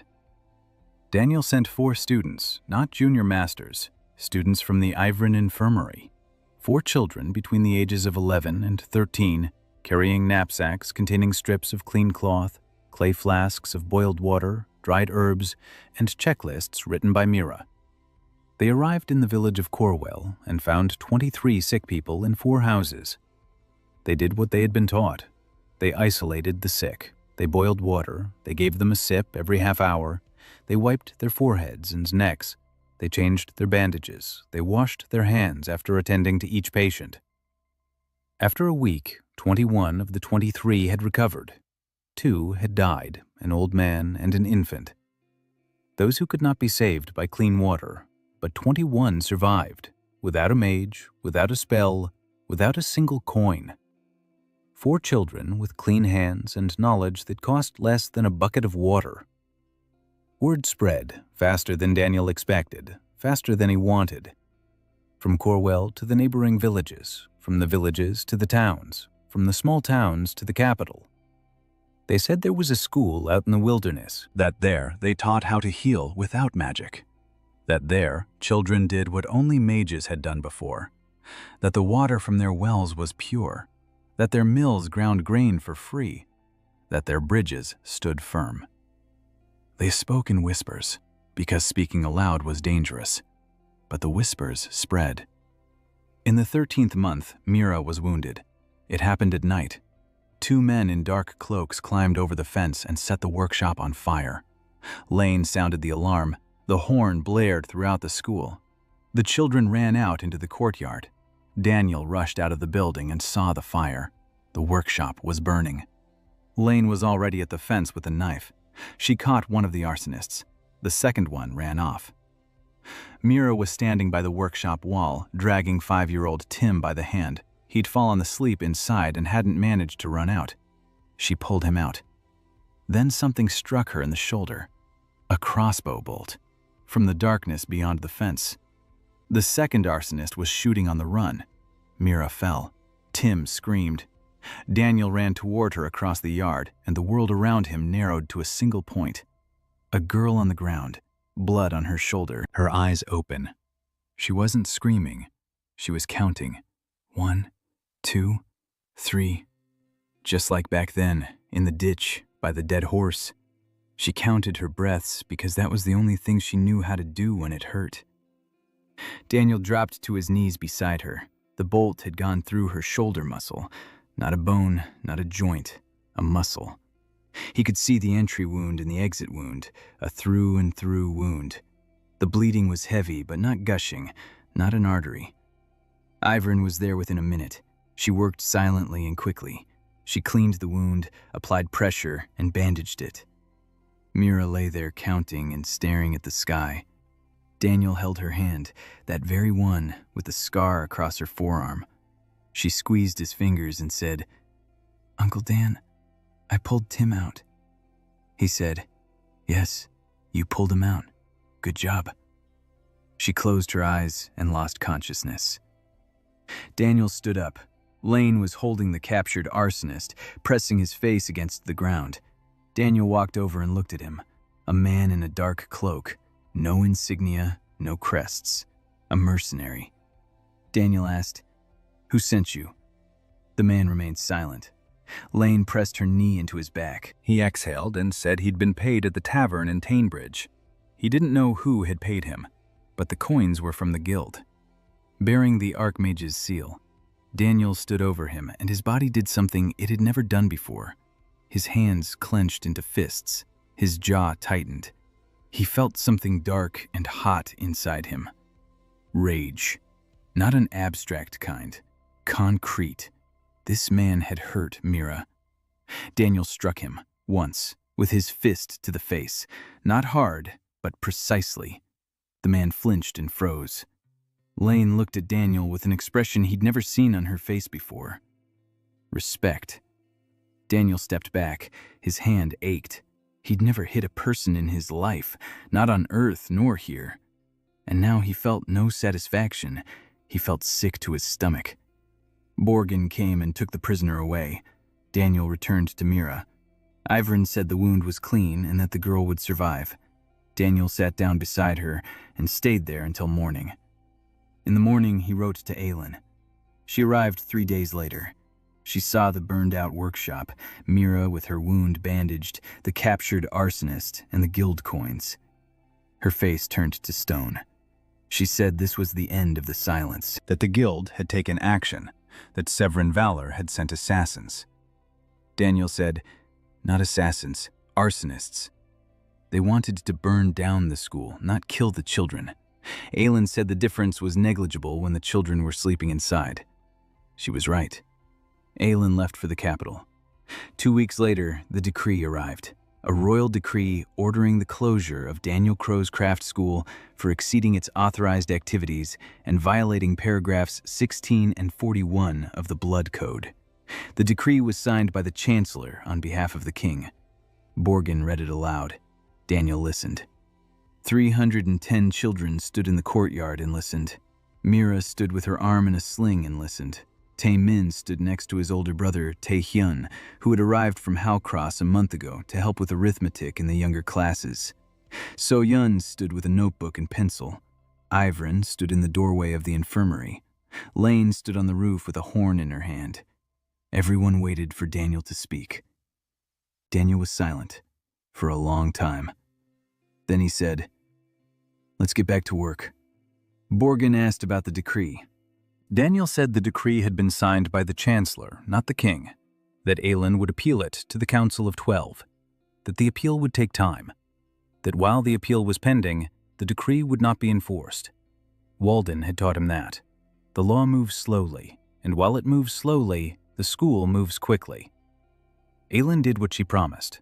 She stood before the Council of 12 and demanded a review of the decree. She argued, using Walden's words, "Craft involves calculation. Calculation does not exceed the needs of the hands. Hands without a head do not build." The council was divided. 6 houses supported the guild, 4 supported Aylin, 2 abstained.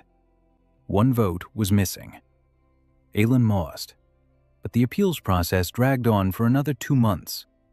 For 2 months, Daniel continued to teach, every day, every night, as if tomorrow were his last. War came sooner than expected. In the 18th month, the Khazar Empire crossed the border in 3 columns. The northern column struck the fortresses along the Tain River. The central column advanced on the capital. The southern column bypassed the mountains and cut off the trade route to the sea. The royal army met the northern column at the bridge over the Tain. The bridge was made of stone, old, built back in the time of the current king's great-grandfather. 3 archmages maintained a magical shield over it. The Khazarians brought up their iron tubes, cannons, 6 of them on wooden carriages. The first volley pierced the shield. The second blew the parapet to pieces. The third killed one of the 3 archmages. The bridge held, but the army retreated. The news reached the school 4 days later. Worgen arrived, pale, and said that a royal messenger had galloped through the village and that the army was retreating toward Tainbridge. Tainbridge, a small town 2 days' journey away. That very bridge across the River Tain on the road to the capital. If Kasser takes the bridge, the road to the capital is open. Daniel stood on the roof and looked north. He was thinking, not about school, about the bridge. He'd seen that bridge once, when So-Yun had taken him to Halcross along the trade route. A stone bridge supported by 3 piers, arched, about 200 paces long. The road across it is the only one in this section. The river is deep and fast-flowing. There's no other crossing for 30 miles in either direction. He thought about cannons, about how a magical shield can't stop cannonballs, about how stone can, if laid correctly. If earthen fortifications were built in front of the bridge, if gabions were placed on either side, baskets filled with stone and earth, the simplest field fortification. The 18th century on Earth. Vauban. Fortification. He knew this, not as an architect, but as a man who had written textbooks and included chapters on the history of engineering in them. He climbed down from the roof and went to Taemin. They sat there until nightfall. Daniel drew plans. Taemin did the calculations. A gabion, a basket woven from branches, 1.5 paces in diameter, 2 paces high, filled with stones and earth. It can withstand a small caliber cannonball. It doesn't shatter but absorbs the impact. Cheap, quick. Any peasant can weave one in a day. Any child can fill one in 2 days. Daniel drew a diagram of the fortifications in front of the bridge. 2 rows of gabions, a trench between them, an earthen embankment behind the second row for riflemen, flanking positions on the banks, all made of wood, earth, and stone. Not a gram of magic. Taemin calculated the requirements. How much earth was needed, how many baskets, how many hands, how many days. Daniel looked at the numbers and said that if they started now, they could finish in 10 days. Taemin said we didn't have 10 days. According to the calculations, the Khazarians would be at the bridge in 7. Daniel closed his eyes. Then he opened them and said, "So, 7 it is." In the morning, he gathered the senior students, 26 of them, ranging in age from 13 to 17.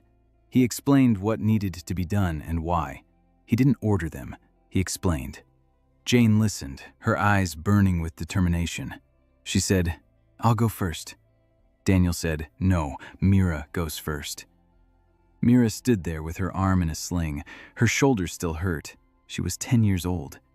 Daniel looked at her and said she needed to go to the Royal Army headquarters and give the commander a folder with the blueprints. Not to him, to her. Because when the general sees that a 10-year-old girl has brought him the plan for the fortifications, he would either send her away and lose the war, or listen to her and get a chance. There would be no third option. Mira took the folder.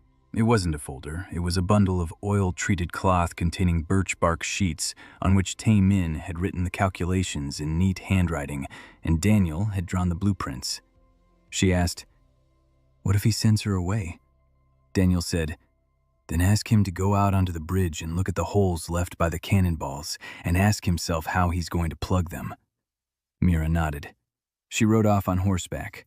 So-Yun gave her a horse and an escort. Lane wanted to go with her, but Daniel said no. Lane was needed here. Daniel sent 20 students to the bridge. Don't wait, get started. Weave baskets, dig a trench, haul stones. He went with them himself. For the first time in a year and a half, he left the school. Ivern stayed behind as the senior student. Borgen stayed with her. So Yun stayed to manage supplies. Taemin went with Daniel. On the bridge, they encountered the remnants of the garrison, 30 soldiers under the command of a captain who had lost half his men and all his fighting spirit. The captain looked at the 20 teenagers with their baskets and shovels and asked, "What's this?" Daniel said, "These are your reinforcements." The captain opened his mouth and closed it. Then he looked at the bridge, at the holes from the cannonballs, at the cracked parapet, at the river below. Then he said, "What do I have to lose?" They worked for 6 days, 20 teenagers and 30 soldiers. Daniel was in charge. Taemin kept count. Lane, who would come on the second day after all, despite orders, organized the shifts. The first row of Gabians went up in 2 days, the trench in 3, the second row in 5. By the 6th day, the embankment was ready. The bridge was reinforced, not by magic, by earth and stone and woven baskets and the stubbornness of 20 kids who knew how to build. On the 7th day, Mira arrived. She brought a reply from the general. The general had read the blueprints. The general sent 100 soldiers and 12 carts loaded with stone. The general sent a one-line note. "Who is this teacher?" Mira showed the note to Daniel.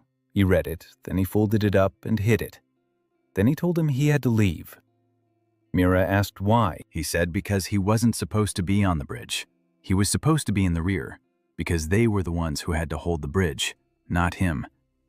The system works without a hero, or it doesn't work at all. He left for headquarters. He sat in his tent, sorting through reports and sending 3-word notes to his subordinates. Reinforce the left flank. Deepen the trench. Move the Gabian. On the 8th day, the Kasarians approached the bridge. 6 cannons, 2,000 infantry, 300 cavalry. They struck at dawn. The first volley hit the Gabians. The baskets shook, stones crumbled, but the baskets held. A second volley, a third. The Gabians held. The Kasar infantry launched an attack. They were met from behind the embankment. Arrows and stones and logs and whatever else they could find. 130 men against 2,000. The bridge stood. Taemin stood on the bridge, counting the hits and relaying the data to Lane, who was directing the repositioning of the baskets. Finn ran in from the village of Haddon with his men 3 hours into the battle. Grace arrived from the south. Ollie brought ropes and, in 40 minutes, stretched a signal net across the entire bridge to pinpoint where the breach was. Daniel's children held the bridge. 12 hours. Until dark. The Kasarians retreated. They lost 2 cannons and 300 men. 12 defenders died on the bridge, 4 soldiers and 8 school students. Taehyun, Taemin's older brother, Hana, who knew herbs better than Ivran, and 6 others whose names Daniel carved with charcoal on the stone, in a row, one below the other, because there was no one else to remember them. The bridge stood. After Tainbridge, the world changed. Not entirely, not immediately, but a crack ran through the stone, and the stone could no longer pretend to be whole. The king signed a decree temporarily suspending the blood code for the duration of hostilities. The wording was dry and cautious. Subjects of the crown are permitted to use their craftsmanship, including calculation and measurement, for the purposes of defense and restoration. A temporary measure, for the duration of the war. But Daniel stood there reading that parchment, and his hands trembled because he knew. There is no such thing as a temporary measure. Once a child has been allowed to count to 1,000, you cannot make him forget 990. By a second decree, the king established the Royal Engineering School of Tainbridge. Aelin became its official patron. Daniel's school ceased to be a craft workshop in a barn and became an institution with a seal, a charter, and the right to teach. Not everything, not everyone, but the right. Daniel returned to the school on the 4th day after the battle. He walked because he had given his horse to a wounded soldier. He entered the gate and Mira was standing at the entrance. She didn't run to him. She stood there and waited. She was 10 years old and looked 15. Not with her face, with her eyes. He walked over and stopped in front of her. She asked, "How many?" He understood. He said, 12. She closed her eyes. Then she opened them. Then she asked Tae-hyun. He nodded. Mira turned and walked over to Tae-min. Tae-min was sitting at the blackboard. The blackboard was blank. He wasn't writing. He was sitting there, staring at the wall. Mira sat down next to him and didn't say a word. She just sat there. Daniel stood in the doorway, watching them. A 10-year-old girl and a 16-year-old boy. One had lost her father in a roadside ditch. The other had lost his brother on a bridge. Both knew that the knowledge they carried was worth lives, not strangers' lives, but their own. Tae-min hadn't spoken for 3 days. On the 4th day, he stood up, walked over to the blackboard, and began to write. He wrote the formula for the trajectory, how a projectile flies, at what angle, at what speed, how far. He wrote, and tears streamed down his cheeks, but he didn't wipe them away. He wrote because his brother had died on the bridge, and because if he had calculated the placement of the Gabions more precisely, then maybe, just maybe, Tae-hyun would have been standing 3 steps to the left, and the projectile would have missed him. Daniel walked over to him and put a hand on his shoulder. Tae-min didn't turn around. Daniel said, "It's not your fault." Tae-min said, "I know, but I'm going to do the calculations anyway, so the next bridge will be built better." Archmage Severin Valor resigned a week after Tainbridge, not in disgrace, on his own, quietly. Daniel learned of this from a letter from Aelin. She wrote that Severin had gone to the king, placed the guild's seal on the table, and said he had done everything he could to maintain order and that order no longer needed his services. The king accepted his resignation.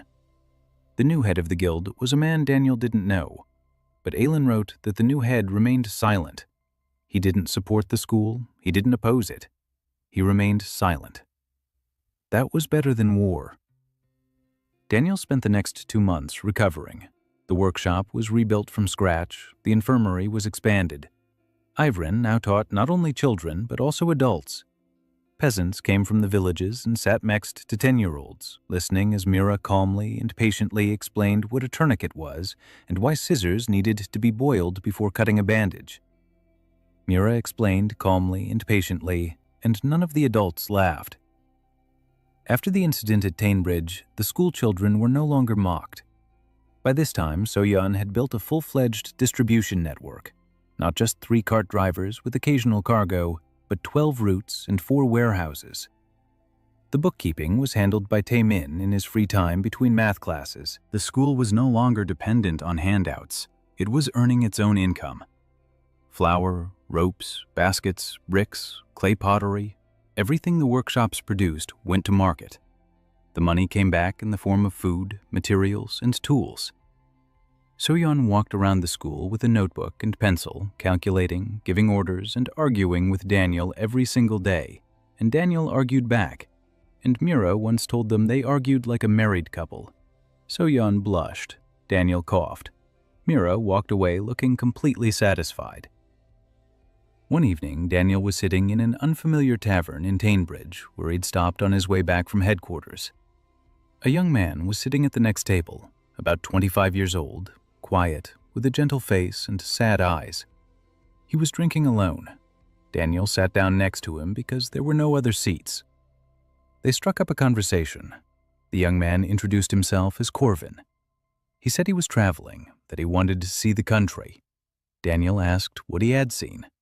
Corvin said he had seen burned villages and empty fields and children begging for bread on the roads. He said this with a pain that was not feigned. Daniel told him about the school. Not everything, but enough. How the children learn to build, how the mill works without magic, how the crane draws up water. Corvin listened and his eyes changed. He asked, "Do you believe that a commoner can learn everything a nobleman can do?" Daniel said, "I don't believe so." "I know." Corvin was silent for a moment. Then he said, "What if you found out that one of the nobles had no magic? That he'd been pretending his whole life? That his father sustains his spark with his own power, and that when his father dies, the pretense will end? What would you say?" Daniel looked at him. He looked closely. Then he said, "I'd tell him that the spark isn't everything, that thinking is a power too, and that being ashamed of who you are is a prison you build for yourself." Corvin lowered his head. Then he raised it. His eyes were shining. He said thank you and left. Daniel sat there thinking about him. Then he remembered what Aelin had told him about Severin, that Severin had an only son, without a spark, that Severin had sustained his son's magic with his own for 20 years. Daniel placed his mug on the table and closed his eyes. Corvin, the son of Archmage Severin Valor. He had just befriended the son of the man who had sent assassins to his school. The world was small and cramped and strange. The second year was drawing to a close. The school still stood. The bridge still stood. The Codex of Blood had been suspended. 12 children lay buried near Tainbridge. Daniel sat in the tavern, staring at the wall, thinking that every mill he had built had cost someone something, and that he would keep building, because he didn't know how not to. 6 months after Tainbridge, a second campus opened, a stone building on land granted by the Crown, 4 workshops, 2 infirmaries, a library. The first public library in the history of the Kingdom of Valderin, open to everyone. Aelin donated 40 books from her family's collection. Valden donated another 20. So Yun bought 10 in Howcross. Taemin wrote the first textbook, a slim volume on birch bark sheets, Arithmetic for Beginners, with illustrations by Mira. Fractions were explained using a sliced pie. Multiplication was explained using sacks of grain. Division was explained using apples. Daniel leafed through this book, and his throat tightened, because this was the very book he had spent his entire life writing on Earth. The textbook by which a teacher without a diploma could teach a child, using a stick in the dirt, to count, build, and think. Only he hadn't written it. The children had written it. The opening ceremony of the second campus took place in the capital. The king was present, 12 dukes, 3,000 guests. Daniel was supposed to speak from the podium. Someone had written his speech for him. Aelin helped with the wording. Walden checked it for compliance with etiquette. So Jan checked the length. Lane checked for words that might offend the military. Ivrin checked for words that might offend the order. Daniel read the speech. Then he folded it up. Then he handed it to Mira. Mira took the sheet of paper and looked at it. She was 13 years old. She had grown up, not just in height, inwardly. She was quiet and stubborn and precise, and not a trace remained of that child who used to count her breaths in the ditch. No, there was one left, just one, that very one.